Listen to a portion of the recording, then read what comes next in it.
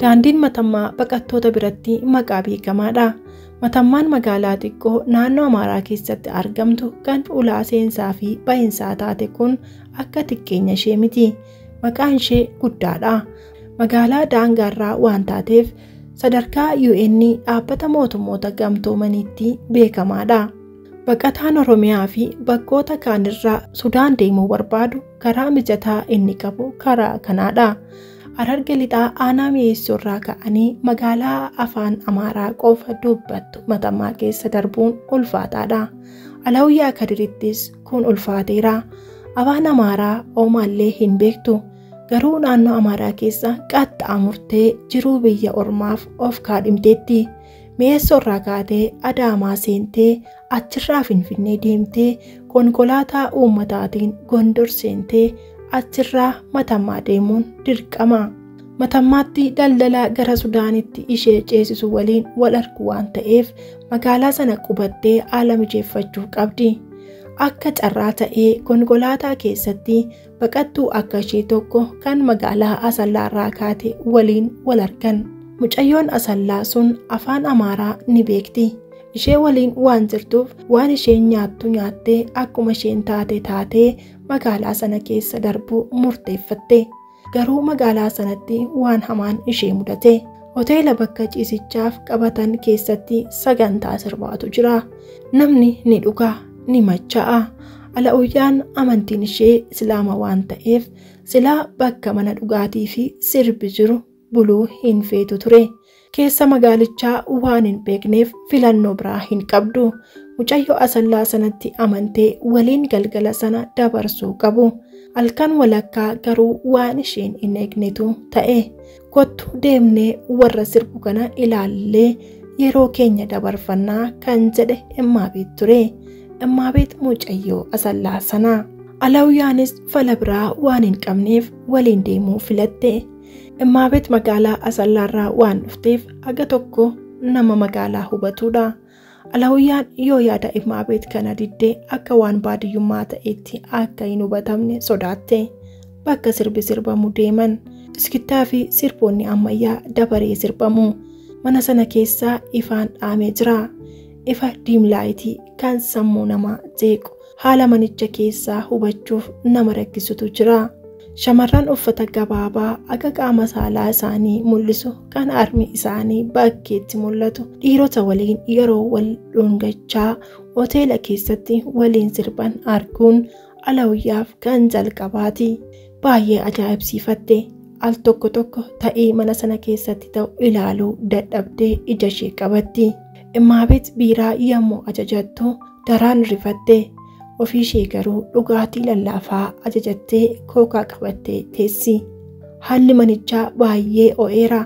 Sagaleen sirbaa humnaa ol ka'ee waan jiruuf waca malee wanti biraa hin dhaga'amu. Isaanitti dhiyaatanii kan ta'an namoonni lama callisanii gara Alawiyyaafaa ilaalu. Maaliif akka isaan ilaalan beekuu baattus haalichi Alawiyyaatti hin tolle ture. Yeroo gara Immaabeet ilaalan isheen itti seeqxi. Akka waan isaan beektu fakkaate Alawiyyaatti. Keessummeessituun waanuma qullaa deemtu fakkaatu tokko kan uffanni xiqqoon irraa mul'atu biiraa lama qabattee Alawiyyaa fi Immaabeet fuuldura keesse. Keessummeessituun sun gara namoota lamaa sanatti quba qabdee afaan Amaaraatiin Immaabeetitti dubbachuu ishee argite. Alawiyyaan maal akka haasa'an garuu hin beektu. Namoonni lamaan sun akka biiraa kana isaan afeeran itti himti Immaabeetitti. Ani silaa hin dhugu. Ati dhugigaa jette gara Immaabeetitti butte Alawiyyaan. Immaabeet akka kolfuus akka dheekkamuus taate. Amma bar biyya ormaa jirtaa. Yoo ta'uu dadhabdillee haala naannoo kee fakkaachuu qabdaa. Ija namaa akka hamaatti of hin ilaalchisin. Xiqqoo hunachuu qabdaa jette. Alawiyyaan rifatteetti. Tasumaa kana gochuu akka hin qabne ofitti himti. Nama lamaan biiraa sana ajajan keessaa tokko ka'ee dhufee isaan bira taa'e. Immaabeetitti seeqee waliin dubbatee xiqqoo haasa'anii quba akeektuudhaan ala itti agarsiisee ka'ee ala ba'een dhufaa waan jedhe fakkaata. Ammas Immaabeet Alawiyyaatti siqtee yaadota garaa irsiisuu danda'an itti dubbachuu itti fufte.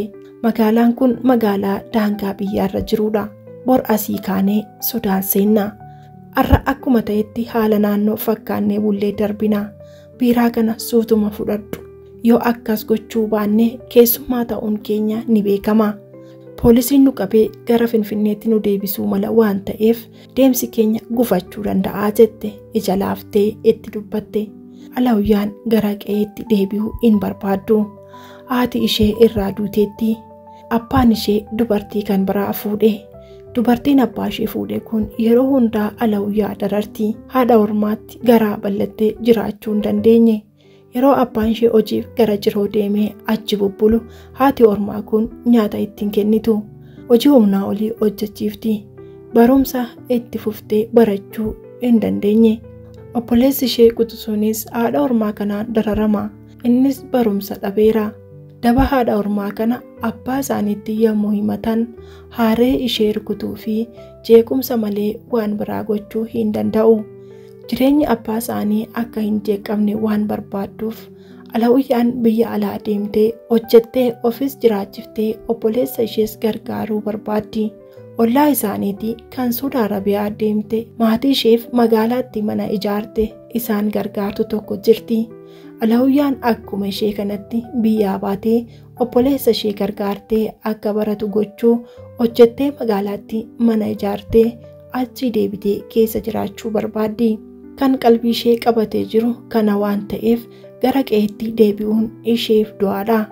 Yaada Imaabeet dhiyeessite kana guutummaatti ta'uu baatullee aga tokko fudhattee biiraa sana xiqqoo fudhachuu eegalte. Yeroo jalqaba unattu ol ishee deebi'uuf ka'e. Namoonni isheetti aananii ta'an itti kolfan. Biiraa dhuguu dhiisuun akka waan gowwummaa ta'etti ofitti qaaneffatte. Suuta itti madaquu jalqabde. Kana gidduutti namni silaa ala ba'e sun deebi'ee dhufe. Teessuma gara Imaabeetitti butatee taa'e. Haasa'uu jalqabe. Amma Imaabeet biiraa 3 fixxee 4ffaa qabatteetti. Alawiyyaan tokko reefu fixxi.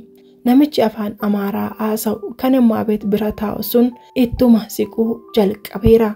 Utuma itti siquu morma ishee jala lixee dhungate. Dhungatees dafee irraa hin deebine achuma ture. Alawiyyaan akka aaruus akka na'uus taateetti. Utuu hin beekin biiraa lammaffaa keessaa fixxee. Imaabeetii fi namichi addunyaa biraa keessa jiru. Ofitti qabee Imaabeetiin bakkuma fedhe dhungata.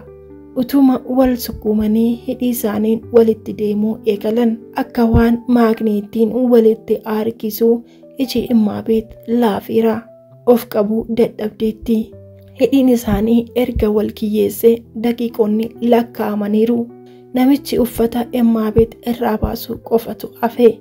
Yeroo jalqaba dhufee isaan bira taa'u Atinaafuu wayita inni jedhu dhageesseetti. Maqaa isaa ta'us hubatteetti.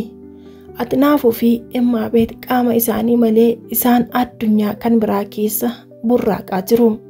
Alawiyyaan isa jarri hidhii walii muuxatan malee waan biraa hin agarre. Gara gadiitti dinqiitu ta'aa jira.